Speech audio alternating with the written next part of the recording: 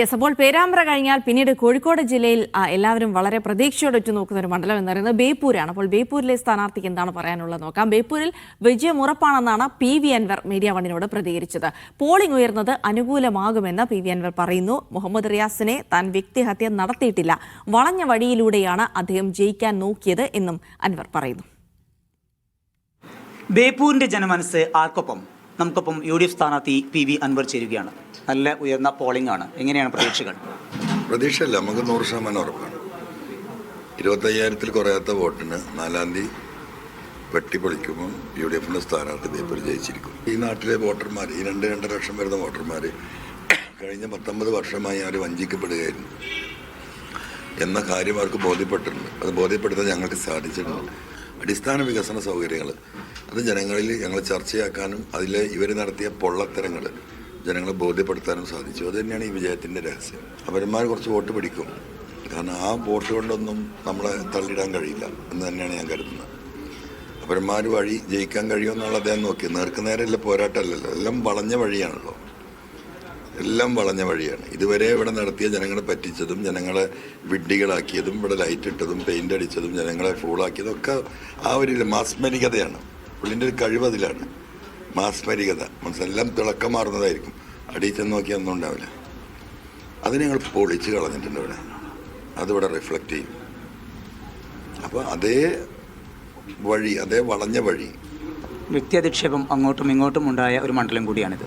എന്ത് വ്യക്തി അധിക്ഷേപം? മരുമോനല്ലേ? മരുമോൻ അല്ലെങ്കിൽ അവൻ പറയട്ടെ. ഒരു മരുമോനിസ് ഈ നാട് മുഴുവൻ പറഞ്ഞ് ഈ കാര്യങ്ങൾ മുഴുവൻ ബോധ്യപ്പെടുത്തിയിട്ട് അദ്ദേഹത്തിൻ്റെ അമിതാധികാരവും അദ്ദേഹത്തിൻ്റെ ധിക്കാരവും അഹങ്കാരത്തെയും കുറിച്ച് തന്നെയാണ് ഞാനീ പറഞ്ഞത്. അതൊരു വസ്തുതയല്ലേ? അല്ലെങ്കിൽ 4.5 കോടി രൂപക്ക് ഇവിടെ ഫൈനാൻസ് ക്ലിയറൻസ് കൊടുക്കും. ഒരു റെസ്റ്റ് ഹൗസ് നന്നാക്കാൻ 4 മുറിയിൽ പൂരം നടത്താൻ 24 കോടി റുപ്യ കൊടുക്കും. സർക്കാർ 5 പൈസ ഗതിയില്ലാതെ ഞങ്ങൾ നടക്കുന്നതാണ്. ആശുപത്രിയിൽ കൊടുത്തിട്ടില്ല, മെഡിക്കൽ കോളേജിൽ കൊടുത്ത മെഷീനും മരുന്നും ഇവിടുത്തെ മരുന്ന് കമ്മികൾ തിരിച്ചെടുത്തുകൊണ്ട് പോകാം പണം കൊടുക്കായിട്ട്. സംസ്ഥാനത്ത് എങ്ങനെയാണ് ഒരു UDF തരംഗമുണ്ടോ?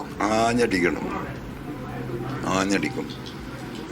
ബഹുമാനപ്പെട്ട പ്രതിപക്ഷ നേതാവ് പറഞ്ഞത് 100 സീറ്റാണ്. ഞാൻ കഴിഞ്ഞ 6 മാസമായി പറഞ്ഞുകൊണ്ടിരിക്കുന്ന 110 സീറ്റിൻ്റെ മുകളിൽ പോകുന്നതാണ്. അത് നമുക്ക് 4-ാം തീയതി കാണാം. അഡ്രസ്സ് ഉണ്ടാവില്ല. ബേപ്പൂരിലെ വലിയ വിജയം ഞാൻ പറഞ്ഞില്ല. എന്ത് പിന്നെ നിങ്ങൾക്ക് സംശയം? ഈ മനുഷ്യന്മാരൊക്കെ എന്ന് തുടങ്ങിയ പണിയാണ്. 25,000-ൽ കുറഞ്ഞ് ഞാൻ നേരെ ഉൾട്ടാൻ വരും. അങ്ങനെ ഉൾട്ടാ 28,000 വോട്ടായിരുന്നു ഉണ്ടായിരുന്നത്. ആ വോട്ട് നേരെ ടേൺ ഔട്ടാണ്. 28,000 വോട്ട് മറിയാൻ ആകെ 15,000 വോട്ട് മറിഞ്ഞാൽ മതി. 13,800 വോട്ട് മറിഞ്ഞാൽ അത് നേരെ ഡബിൾ എഫക്റ്റായി 28,000-ലേക്ക് പോയി. കേരളത്തിൽ അടിക്കുന്ന കൊടുങ്കാറ്റാണെങ്കിൽ ബേപ്പൂരിൽ അടിച്ച സുനാമിയാണ്. സുനാമി എവിടുന്ന വരെ? കടലിൽ നിന്നല്ലേ? അല്ലേ? ആ കടലിൻ്റെ പക്കത്തിൽ ഇലക്ഷൻ നടന്നത്. അത് തീർച്ചയായിട്ടും സംഭവിക്കും. ആഘോഷത്തിനുള്ള ഒരുക്കങ്ങളൊക്കെ എങ്ങനെ? ആഘോഷത്തിൻ്റെ പരിപാടിയാണ് പോലും പ്ലാൻ ചെയ്തുകൊണ്ടിരിക്കുന്നത്. അതിന് എൻ്റെ അടുത്ത് കാശില്ലാതെ ഞാൻ പറഞ്ഞു. അത് അവരെന്നെ എന്താ പറയുക, യൂത്ത് റെഡിയായി നിൽക്കുകയാണ്.